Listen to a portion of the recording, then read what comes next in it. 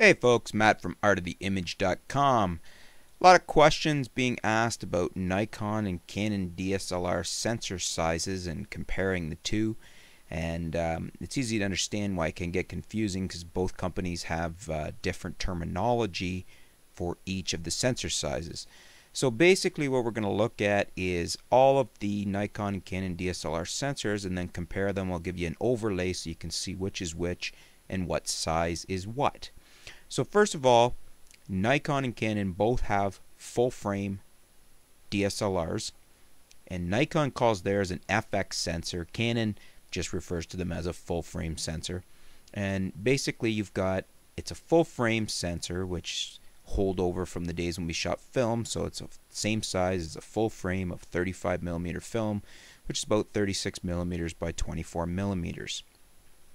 Nikon has the Nikon D3S, the Nikon D3X, and the Nikon D700. All of these are full frame, what they call FX sensor cameras. And Canon has the 1DS Mark III and the 5D Mark II. Both of these are Canon full frame DSLR cameras. So there is other ones, earlier ones. Nikon has the earlier D3. Canon has quite a few more because they've had full frame out for longer, so they have the earlier versions of the 1DS. They have the original 1DS, the 1DS Mark II, and then they have the original 5D as well. So those are your Canon and Nikon full frame DSLRs. And then we have the next sensor size would be a very unique sensor, and that is the Canon APS-H.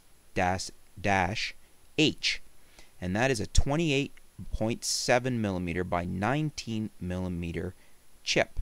And basically what that is a 1.3 crop. It's unique to Canon. The only camera that they make with it is the Canon 1D Mark IV.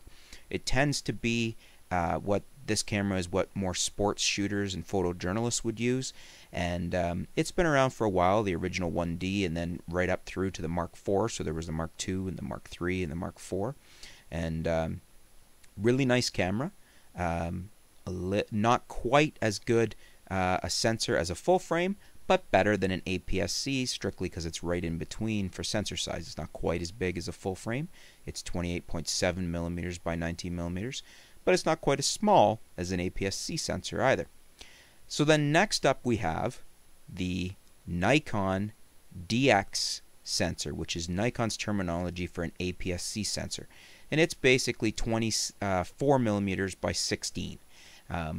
For their current incarnation of cameras, the D3100, the D5100, and the D7000, it's 23.6mm by 15.6mm. So that's the Nikon D3100, the D5100, and the D7000.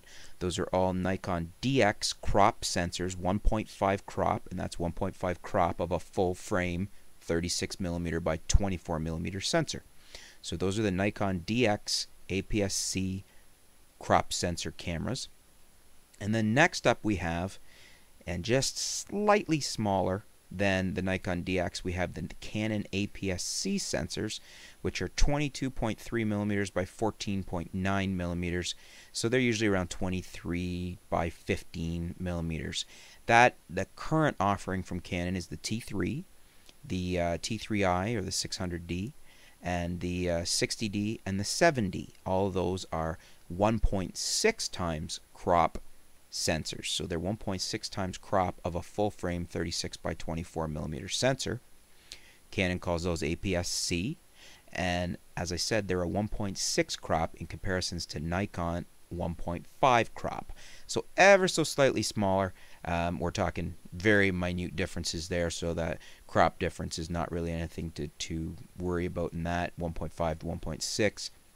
So you basically have the two APS-C, Canons and Nikons. Then Canon has the APS-H, and they stand alone in there. That's the Canon 1D Mark IV, and there's really nobody else that uses that size sensor. And then you have your full frame bodies. Nikon calls them FX, Canon calls them full frame, and that's your Canon 1DS Mark III, 5D Mark II, your Nikon D3S, D3X, and D700. So there's all your Nikon and Canon sensors, folks. There's a nice overlay of all the different sizes. You can see the different size. We've got the full frame in black there. The Canon APS-H is in the red. Then we've got the Nikon Dx or APS-C is in the yellow, and then the Canon APS-C in the orange. So hope that helps you out, gives you a little reference to visualize what size the sensors are and how they compare. You can see why certain ones would be better than the others. Obviously the full frame is the largest. It has the largest photo sites, the best light gathering ability, so it would be the best out of all of them. And then it just continues down on the hierarchy. Thanks for tuning in, folks. Stay tuned. We'll be back with some new video posts, some new articles, and we'll keep you up to date with what's going on in the world of photography here at artoftheimage.com. Thanks a lot.